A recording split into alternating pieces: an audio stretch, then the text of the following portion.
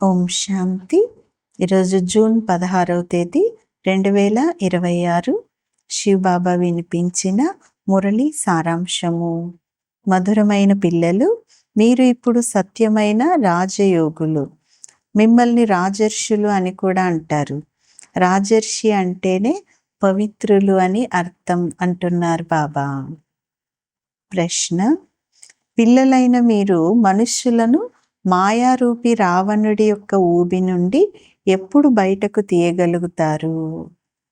సమాధానం: ఎప్పుడైతే మీరు స్వయం ఆ ఊబి నుండి బయటపడి ఉంటారో అప్పుడు మనుష్యులను బయటకు తీయగలుగుతారు.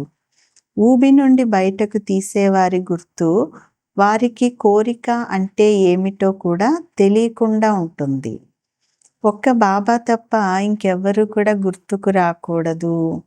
మంచి వస్త్రాలను ధరించాలి, మంచి పదార్థాలు తినాలి అనేటటువంటి ఆశ కూడా ఉండకూడదు. మీరు పూర్తిగా వనవాసంలో ఉన్నారు.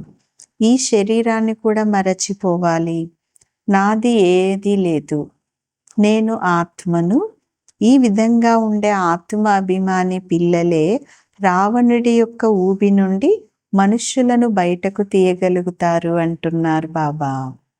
ఈరోజు పాఠం: మీరు ప్రేమ సాగరులు, మీ ప్రేమ అనే ఒక బిందువు కోసం తపిస్తున్నాము అనేది పాఠం.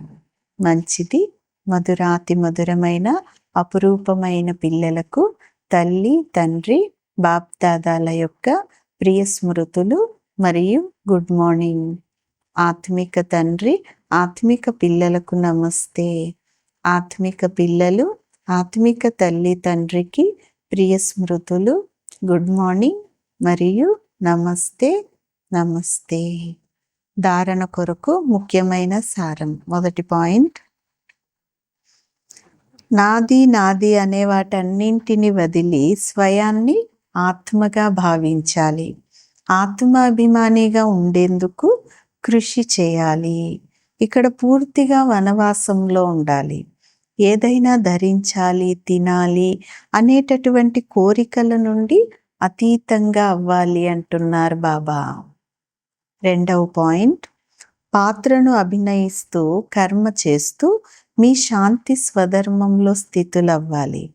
శాంతిధామాన్ని మరియు సుఖధామాన్ని స్మృతి చేయాలి. ఈ దుఃఖధామాన్ని మరచిపోవాలి అంటున్నారు బాబా. ఈరోజు వరదానం: ఆత్మిక నశ మరియు దయాగుణం ద్వారా విశ్వ నవ నిర్మాణం చేసే విశ్వ కళ్యాణకారి భవ.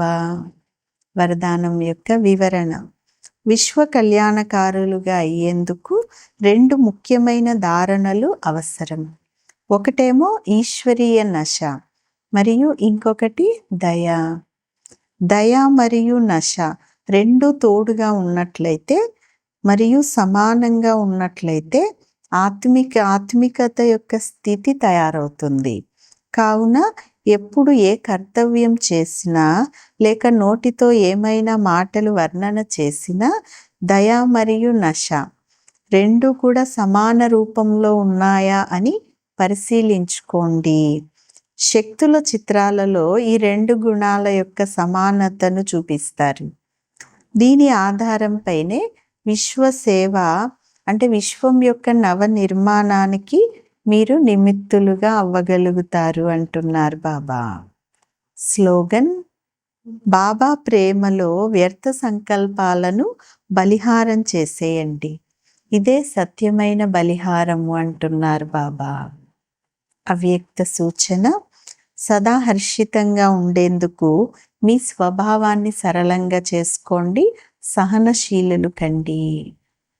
స్వయం ఎంత సరళంగా ఉంటారో అంతగానే స్మృతి కూడా సరళంగా ఉంటుంది. ఎవరైతే ప్రతి విషయంలో స్పష్టంగా మరియు స్వచ్ఛంగా ఉంటారో అంతగానే సరళంగా ఉంటారు. స్వయం ఎలా ఉంటారో అలాగే వారి రచనలో కూడా అదే సంస్కారం ఉంటుంది. కనుక ప్రతి గుణంలో ప్రాక్టికల్ స్వరూపాన్ని ఉదాహరణగా తయారు చేసుకోండి అంటున్నారు బాబా. మంచిది. ఓం శాంతి.